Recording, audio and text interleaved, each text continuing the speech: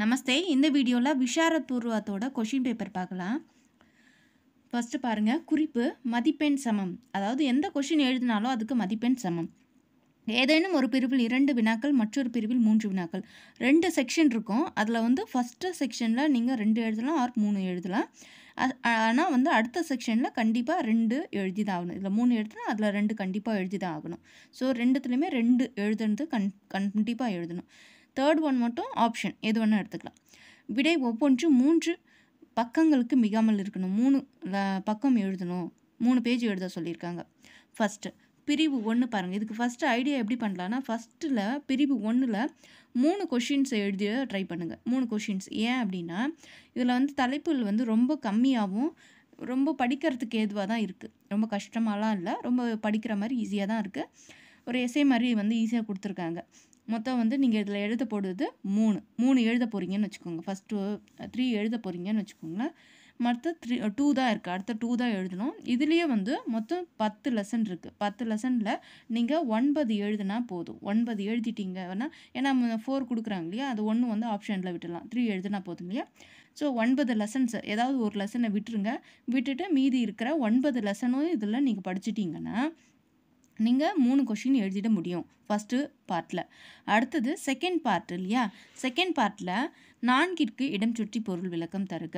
அதாவது 5th question என்னதுன்னா, இந்த 4க்கு என்ன பண்ணணும், இடம் சுற்றி பொருள் எழுதணும். ப்ளஸ் 6th 7 8 மொத்தம் உங்களுக்கு எடுத்து 4 கொஷின் கொடுத்துருக்காங்க. இதுலேயும் 4 கொஷின். இதில் நீங்கள் 2 எழுதணும் இல்லையா.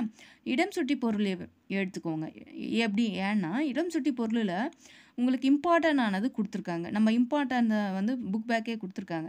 அதை மட்டும் நம்ம படிச்சுட்டு போயிட்டோம் அப்படின்னா இந்த 4 நீங்கள் எழுதிடும். இதுலேயும் ஆப்ஷன் இருக்குது. இருந்தாலும் நம்ம அதை ஒரு வாசிச்சுட்டு போயிட்டாலே நம்ம என்ன பண்ணிடலாம், எழுதிடலாம். மீதி இருக்கிறது ஒரே ஒரு கொஷின். அந்த ஒரே ஒரு கொஷினுக்கு இம்பார்ட்டன்டான ஒரு விஷயம் கொஷின்ஸை மட்டும் படிச்சுட்டு போயிட்டோம்னா நம்ம அந்த ஒரு கொஷினை எழுதிட முடியும். அது என்ன இம்பார்ட்டன்ட் கொஷின்ஸு, அது என்ன இடம் சுட்டி பொருள் விளக்கம், ரெண்டும் பார்க்கலாம். இடம் சுட்டி பொருள் விளக்கம் தருக. பேஜ் நம்பர் 100ல் பாருங்கள். தேர்வில் மீண்டும் மீண்டும் கேட்கப்பட்ட கேள்விகள் தனியாக கொடுத்துருக்கோம் அப்படின்னு சொல்லியிருக்காங்க. இது டோட்டலாக 29 இருக்குது. 29 30 வரையும் இருக்குது. 30 இருக்குது.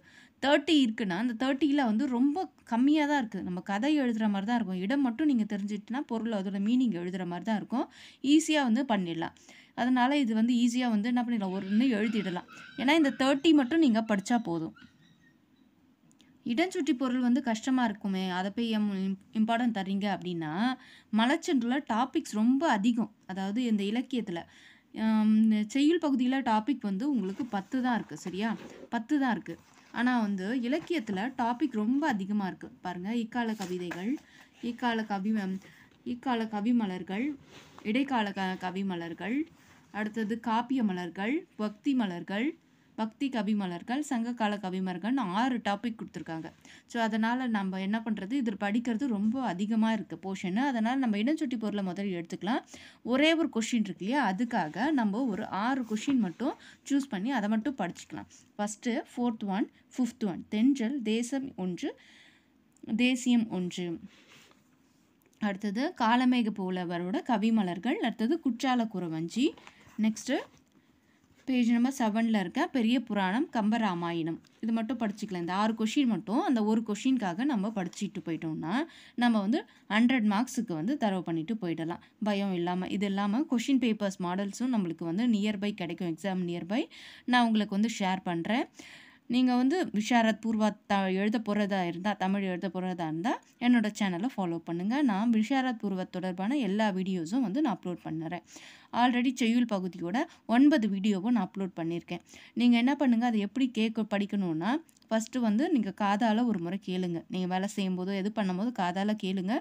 அப்புறம் 2-3 வாட்டி காதால் கேட்ட பிறகு புக் எடுத்து ஒரு வாட்டி வாசித்தாலே போதும். அதுவே நீங்கள் எழுதிட முடியும். சரியா, அதில் முக்கியமான பாயிண்ட்ஸை நோட் பண்ணி வச்சுக்கோங்க. அவ்வளோதான். அது ரிவிஷன் அப்போ யூஸ் ஆகும். சரிங்களா, வீடியோ பிடிச்சிருந்தா லைக் பண்ணுங்கள், சப்ஸ்கிரைப் பண்ணி வச்சுக்கோங்க. பண்ணாதவங்க. வேறு யாராவது விஷாரத் பூர்வத் படிக்கிறவர் தான் இருந்தால் அவங்களுக்கு ஷேர் பண்ணுங்கள். ஆன்லைன் கிளாஸ் தேவைப்பட்டதுன்னா டெலகிராம் குரூப்பில் ஜாயின் பண்ணிக்கோங்க. தன்யவாதம். நன்றி.